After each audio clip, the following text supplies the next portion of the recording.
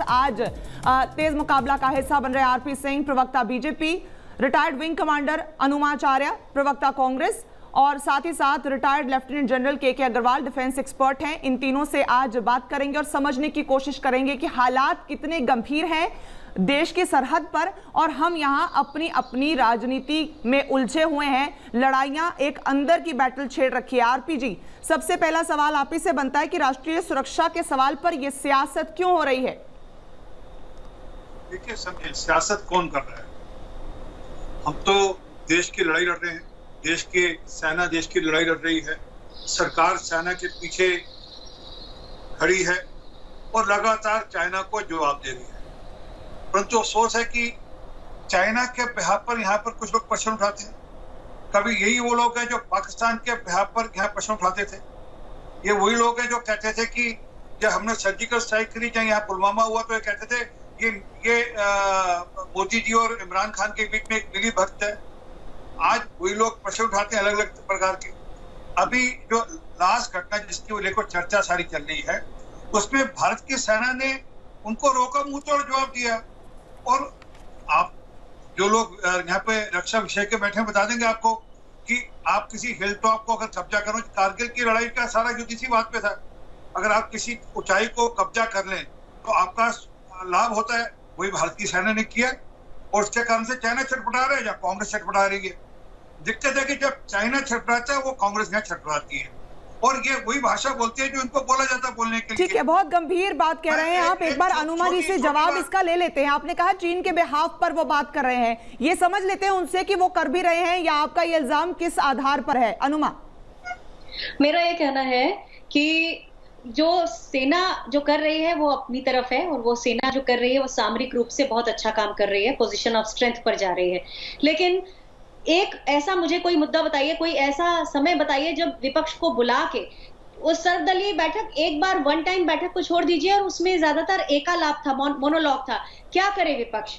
धरना दे कि आप हमें अपने साथ शामिल करिए।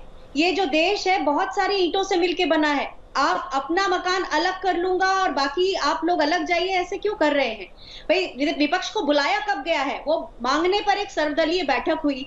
तो ये जो चल रहा है उसमें विपक्ष को साझेदार बनाइए ना। आप कितनी अच्छी बात कह रही थी कि इसमें सबको साथ होना चाहिए, और विपक्ष और पक्ष सब एक तरफ होना चाहिए, सरकार को उस तरफ होना चाहिए। सरकार की तरफ के प्रयास क्या है?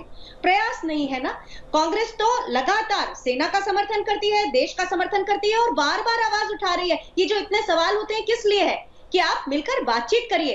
आप अलग अलग स्टेटमेंट आप देते हैं, अलग अलग स्टेटमेंट, इसीलिए विपक्ष को आके स्टेटमेंट देने पड़ रहे हैं। तो ये जानबूझ के एक तरह से ऐसा पेडेस्टल पे रखने की साजिश लगती है कि आप मिलाना नहीं चाहते साथ में। भाई आप देखिए, हमारे इसी देश के एग्जाम्पल्स हैं। अटल बिहारी वाजपेयी जी विपक्ष में रहते हुए देश का प्रतिनिधित्व करने गए थे। ऐसी जिम्मेदारी दी है क्या किसी को? तो ये अपनी जगह पे बात मेरी जो है बहुत सही है मेरे पार्टी की तरफ से कि आप संवाद तो करिए। और आप देखिए, ठीक है आरपी सिंह जी, आपके पास आऊंगी। उससे पहले एक मैं पॉइंट ऑफ व्यू अग्रवाल साहब का लेना चाहूंगी कि 40 साल में इस तरह का फेस ऑफ हमारा नहीं हुआ है चीन के साथ, जिस तरह से इस वक्त सेनाएं आमने सामने खड़ी हैं। उस बीच ये जो हम अपने देश के अंदर ही एक राजनीतिक मुद्दा इसको बनता देख रहे हैं, ये हमारे देश के हित में नहीं है। ये सबको समझ में आता है। इसका हल क्या है, करे क्या? क्योंकि चीन हमारे सामने खड़ा है, आंखें निकाल रहा। Thank you Misha ji. Good evening everybody. ये जो आपने बिल्कुल सही रूप से बताया कि 40 साल से यहाँ पर कोई गोली नहीं चली, कोई ऐसी वायलेंस नहीं हुई, और ये सब हमें देखना चाहिए। जो हमारी जो ट्रीटी है चाइना के साथ, पीस और ट्रैंक्विलिटी की, जो 1993 में साइन हुई थी, और उसके बाद 1996 में एक और करार हुआ, और उसके बाद 2013 में फिर करार हुआ। इसके मुताबिक एलएसी में उसके आसपास कोई भी सेना का मूवमेंट नहीं हो सकता। जो सेना स्थायी रूप से वहां नहीं रखी जा सकती। अगर कोई मिलिट्री एक्सरसाइज होनी है एलएसी के आसपास, तो दोनों देशों को एक दूसरे को पहले नोटिस देना पड़ेगा, बताना पड़ेगा, और कोई फायर आर्म, किसी भी वेपन का इस्तेमाल नहीं हो सकता जी। तो इस संधि के मद्देनजर रखते हुए अभी तक भारत ने इसका पूरा 1993 से आज तक पूरा उसका पालन किया है। पर अग्रवाल साहब, ये पालन और ये जो संधि हुई है, इसका मान हमेशा भारत के जिम्मे ही आता रहेगा क्या? क्योंकि चाइना तो बदस्तूर इसे तोड़ रहा है और बार बार वो ललकार रहा है एक तरह से कि हम बात भी करेंगे और बात करेंगे भी नहीं। ये हमें समझना है कि ये एक उनकी सोची समझी नीति है कि वो धीरे धीरे आगे बढ़ते जाएं। सलामी स्लाइसिंग इसे कहते हैं कि टेरिटरी जो है धीरे धीरे लैंड को कब्जा करें। और क्योंकि ये जो हमारी ट्रीटी है उसमें है कि कोई फायर आर्म का, कोई वेपन का कोई फायरिंग नहीं होगी, तो ये इनको बहुत अच्छा, चीन को एक बहुत अच्छा बहाना मिल गया। ठीक है, और चीन को एक और बहाना हमारे देश के राजनीतिक पार्टियां और हमारे नेता दे रहे हैं। आरपी सिंह साहब, आपके पास आ रही हूं। हम अंदर की लड़ाई करके दिखाएंगे तो फायदा किसका होगा? सब जानते हैं कि दो जनों की लड़ाई में तीसरा फायदा उठा जाता है। ऐसा हाल हम अपने देश के साथ नहीं होने दे सकते हैं। आरपी सिंह साहब, देखिए, जब देश पे जयचंद हो तो उसका रास्ता नहीं है, वो हमारी किस्मत है, देश की। आरपी सिंह साहब, ऑपोजिशन आपसे सीधा अभी इसी प्लेटफॉर्म पे, एक सेकंड, एक ऐड कर दूं सवाल, फिर मैं चुप हो जाऊंगी, आप बोलिएगा। ऑपोजिशन आपसे ये मांग रही थी कि हमसे भी पूछ लिया जाए, सर्वदलीय बैठक हो जाए, एक साथ एकजुट होकर बात करते हैं। इसमें कोई गलत गैर वाजिब डिमांड तो नहीं लगती है? वैसे सर्वदलीय बैठक हुई और सर्वदलीय बैठक में सबसे बातचीत की गई, पर बाहर आकर क्या हुआ ये भी सबको जानकारी है। मैं जिस विषय पे मैं आ रहा था उस विषय का आपने मुझे रोक दिया।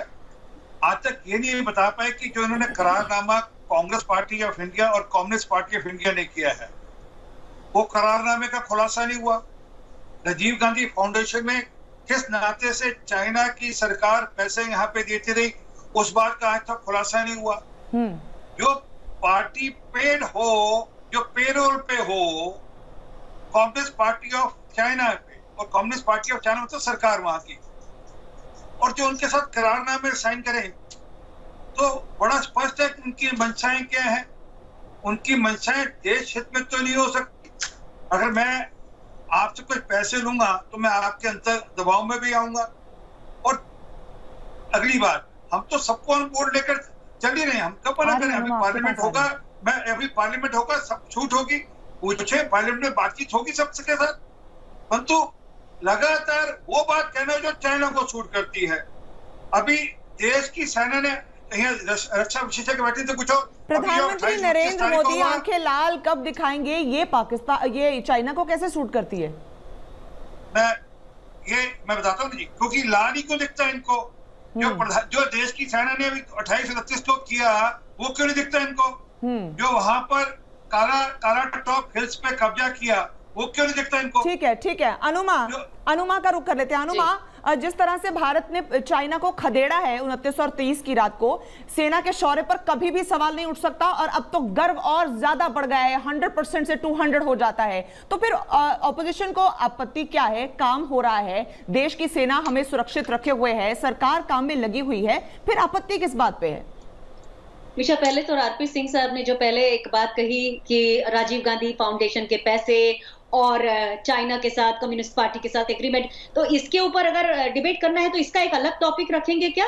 इसको इसके बीच में अगर मिक्स करना है तो वैसा बता दीजिए, क्योंकि ये तो मुझे बताया गया कि हम फोकस करेंगे इंडिया चाइना के बीच फेस ऑफ की स्थिति है, और एक फेस ऑफ देश के अंदर चल रहा है, वो नहीं होना चाहिए, उसी पे बात करेंगे। बिल्कुल, हम उसी पे बात करेंगे। तो मैं आपसे ये कहना चाहूंगी कि ये जो निरंतरता होती है टॉक्स की, सर्वदलीय बैठक वन टाइम हो गई, ऐसा नहीं होता है। हर अहम बैठक में विपक्ष को बुलाइए। आपको क्या पता 50 साल जिन्होंने इस देश की कूटनीति चलाई है, राजनीति चलाई है, उनसे कोई सलाह ही मिल जाए, ये आपके बेनिफिट में होगा, देश के बेनिफिट में होगा, और ये हम एक पावर की तरह उभरेंगे। क्या होता है अकेले अकेले करने के चक्कर में कि श्रेय हमें मिले? आप छोड़ दीजिए, कांग्रेस को अलग से श्रेय नहीं चाहिए, पर वो आपके साथ पार्टिसिपेट, सहभागिता करके सारे निर्णयों में आपके साथ आना चाहती है, उसमें क्या प्रॉब्लम है? बुलाइए ना।